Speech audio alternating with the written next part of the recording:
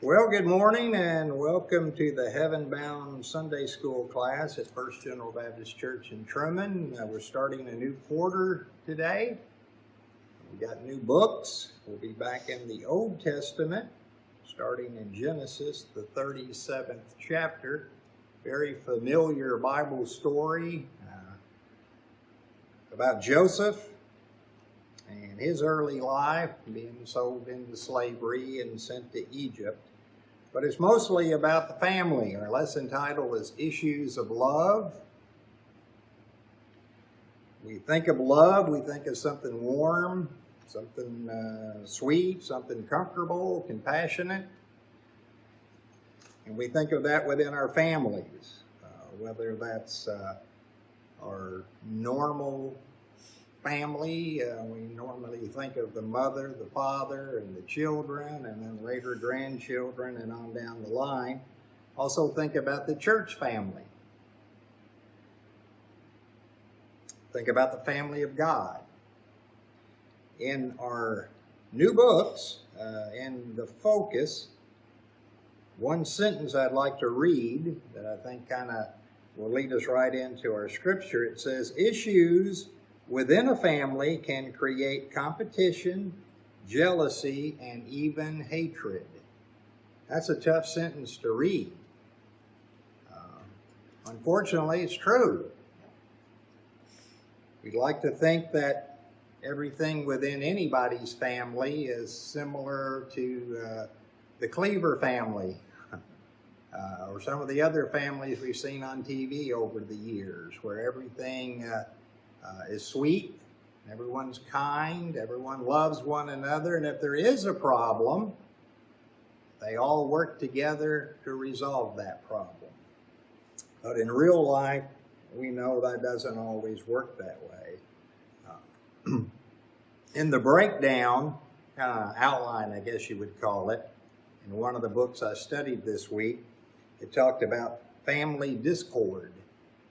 And it had three breakdowns: friction, favoritism, and fury. I got to thinking about that. If you could do it like this, like a mathematical equation: friction plus favoritism equals fury. That there is going to be a problem. There's going to be an issue. Another part of our lesson talks about a brother's dreams, being Joseph naturally. It says that leads to brother's disdain. The one brother had the dream, the other brothers, they didn't much care for his dreams and had disdain for him. You know, Joseph's father, Jacob, he had family issues, right?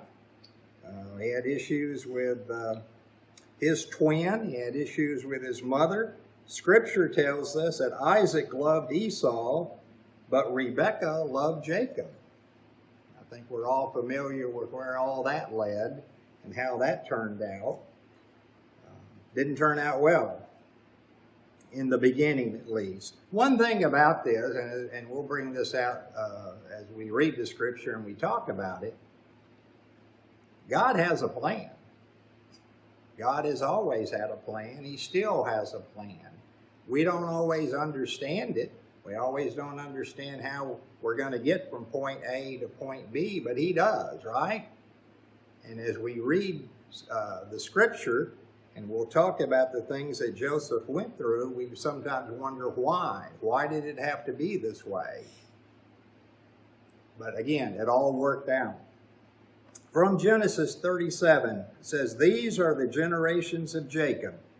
Joseph, being 17 years old, was feeding the flock with his brethren, and the lad was with the sons of Bilhah and with the sons of Zilpah, his father's wives, and Joseph brought unto his father their evil report.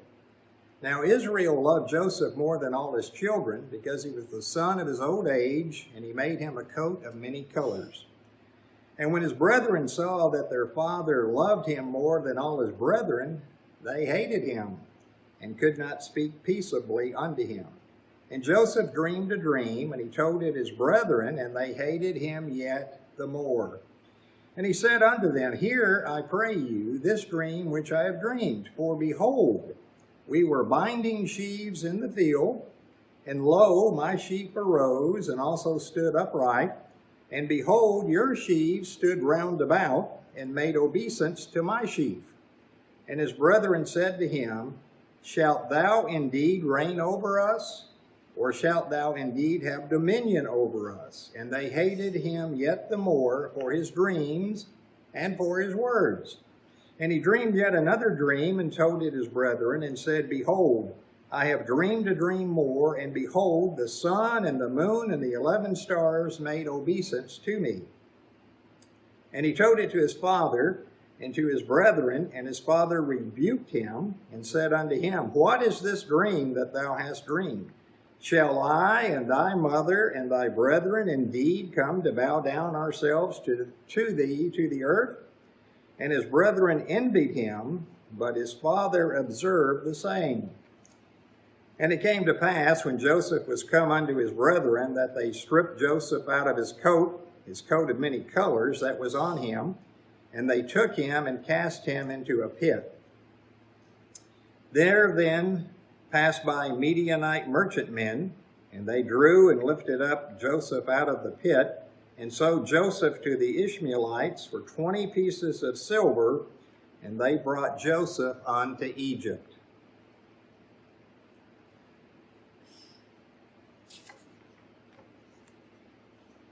Our scripture begins talking about Joseph being 17 years old. His brothers were out working, tending to the sheep, and Joseph was working with them. It tells us that he then brought unto his father their evil report. Now, Scripture doesn't tell us what that evil report was. Was his brothers making fun of him, making him do all the work? You know, treating him bad. I mean, any number of things that possibly be going on there. But Joseph ran and told his father what his brothers had done. Now, I don't know about y'all, but when I was young, someone that did things like that, we had a word for them: tattletale. Couldn't wait to get to his dad to tell him what his brothers had done. Right there is strike number one against Joseph as far as with his brothers. Strike two, I guess, would be verse number 3, which I talked about that sentence earlier being tough to read and to speak. Well, that scripture is tough. Israel loved Joseph more than all his children. He had a lot of children. It says right there that he loved Joseph the most. And why? 2 reasons are given there. One, because Joseph was born in Jacob's old age. And the other one was because it says he made him a coat of many colors. We'll talk about that a little bit. It's almost like he should have drawn a target on the back of that coat. His brothers didn't like it, did they? In those days, everyone had a coat. It's usually waist length, made out of some material, plain looking, the same color, brown, tan, whatever. But everybody had one. You used it to keep warm. You used it, for a pillow when you were out in the field working, and there was a lot of purposes for it. Joseph's robe, or coat, it went all the way down to his ankles. It tells us of many colors, all kinds of different fabric interweaved in there. It looked very pretty. It looked a whole lot like the type of robe or coat that royalty would wear. So you got a group of brothers that they've got one brother that their father obviously loves better and treats better than them, and then he makes him a coat, acquires it in some way. And it says, when his brethren saw that their father loved him more than all his brethren, they hated him. We can add to it the fact that he apparently would run and tell his father anytime his brothers misbehaved. They not only hated him, they couldn't speak peaceably unto him, which to me, I interpret that as kind of like they just didn't talk to him. they shunned him or why they tolerated him, and that was about it. As I was reading this and studying it, what went through my mind lots of times is what was going through Joseph's mind when all this was going on. And then we get to talking about these dreams that he had. You kind of, at least I did, kind of get the idea that maybe Joseph liked the idea that he was having these dreams. He liked the idea that he was the most loved son. And he liked the idea that he had a special coat that no one else had. He had a dream. It says he told it to his brethren, and they hated him yet the more. They had already hated him, now they hate him even more.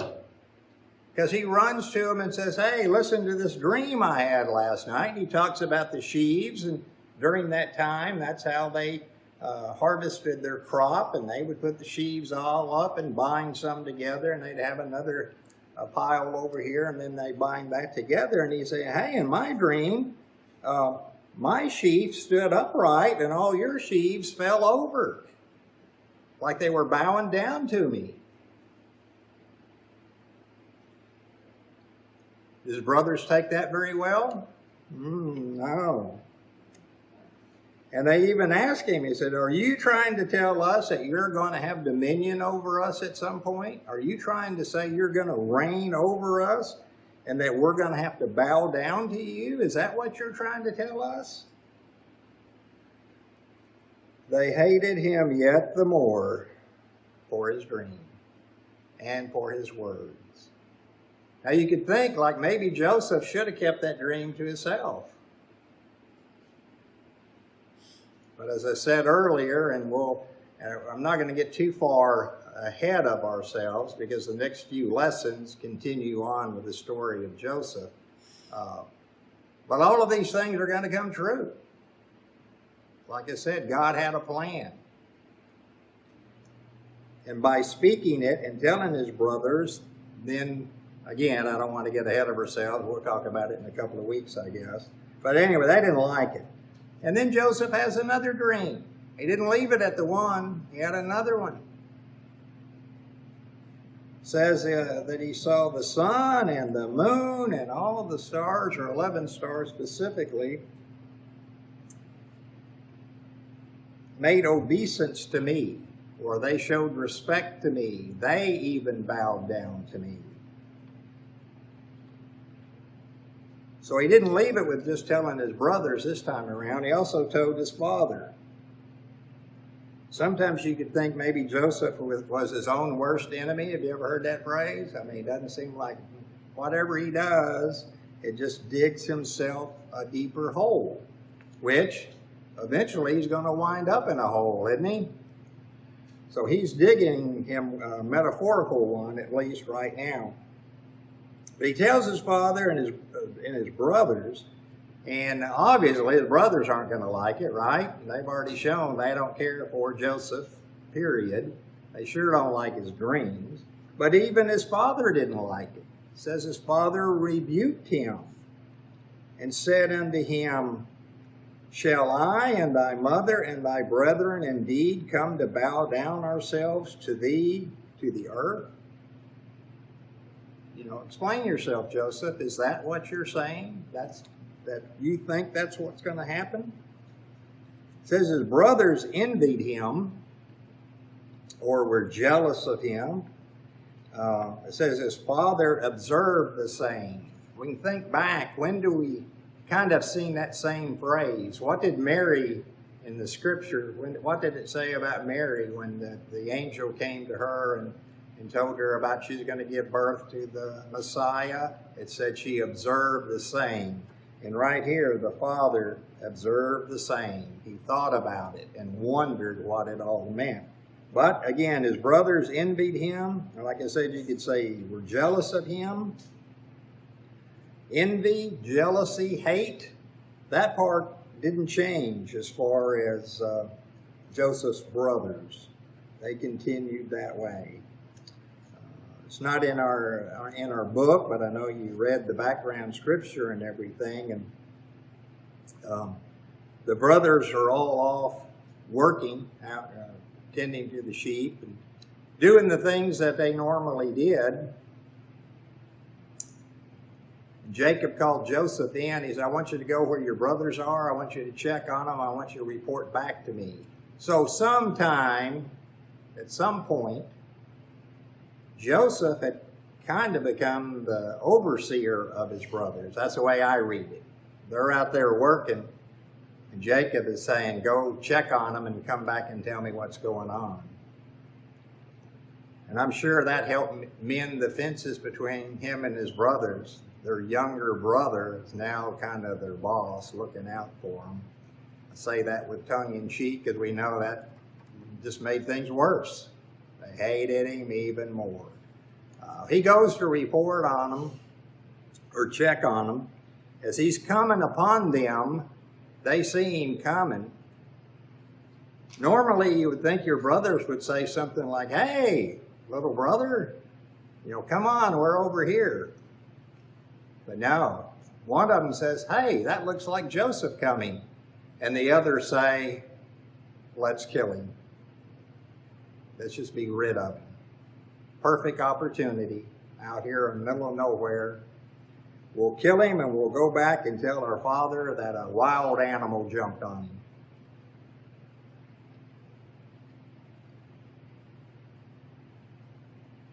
They talked about that. One brother talked him down from the killing and said, let's just throw him in this pit and we'll leave him. Now, Scripture tells us that this brother intended then to come back, get Joseph out, and get him back home. So they go ahead and they throw him in the pit.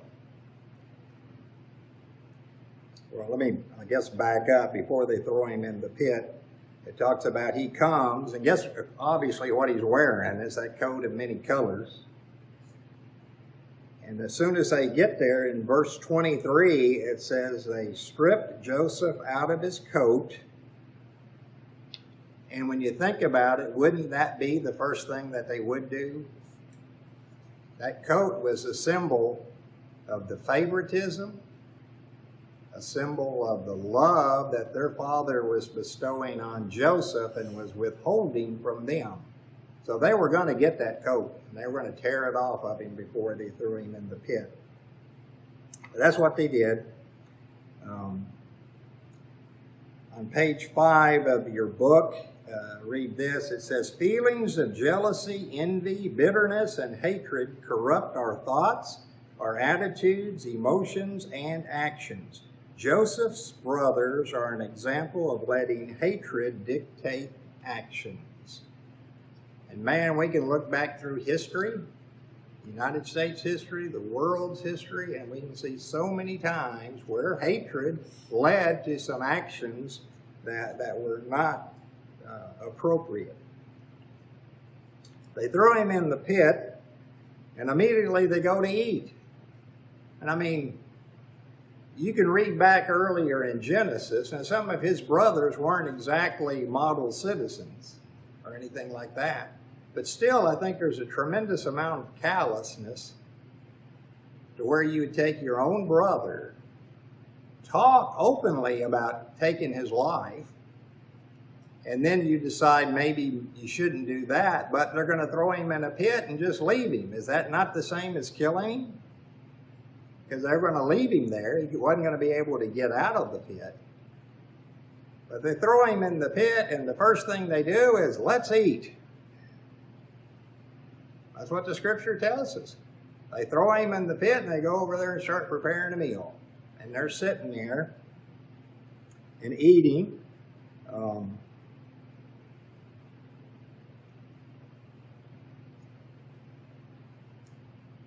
And then one of them brings up the idea, like, maybe, he is our brother. He is our own flesh and blood. Maybe we shouldn't do this. Maybe we should do something different. Just so happens some merchants come by, slave traders, people that sell down in Egypt. And the brothers get to saying, well, really, what are we going to gain from killing our brother? What are we going to gain from leaving him in this pit? How are we going to profit from this? I know how we can. Let's sell him to these people. What's the scripture say? 20 pieces of silver, I think, is what they sold him for. They made money off of him. They knew where he was headed. They knew those merchantmen were also slave traders. They were going to take him down to Egypt and sell him into slavery. They knew that's what was going to happen. But yet they rationalized their actions by, well, we didn't kill him. We didn't take his blood. We didn't kill him. I want to read this from a study Bible that I have. It says, could jealousy ever make you feel like killing someone? Before saying, of course not, look at what happened in this story. 10 men were willing to kill their younger brother over a coat and a few reported dreams. Their deep jealousy had grown into ugly rage, completely blinding them to what was right. Jealousy can be difficult to recognize because our reasons for it seems to make sense. But left unchecked, jealousy grows quickly and leads to serious sins. The longer you cultivate jealous feelings, the harder it is to uproot them.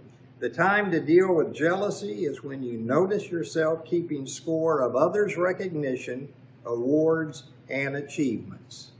And that's exactly what the brothers were doing, right? They let their jealousy get the best of them. They didn't control their emotions, and they went right on and sold him into slavery. I think it's fair to go ahead, because I don't think it's in next week's lesson. They wound up taking the coat. They killed an animal, smeared the animal's blood on the coat, took it back to their father and said, look what we found. And let their father just jump to the conclusion that a wild animal must have attacked Joseph and killed him. His son was dead. And I think our scripture would also tell us, when you read it, as in the way I read it, they didn't get the reaction they thought they would out of their father. Their father went into great remorse and grieving and being so upset at Joseph's death. I think the brothers thought maybe that with Joseph gone, then they would be loved more by their father and things would be better for them. But that's for another lesson, I guess. But God had a plan for Joseph. He had a plan for his people. This is all part of it. I think it also tells us again, God uses people that we normally wouldn't say, well, that person is going to be picked by God to do something great. To further his plan, he uses unlikely people, unlikely events. And again, it's sometimes things that aren't the things that we think of.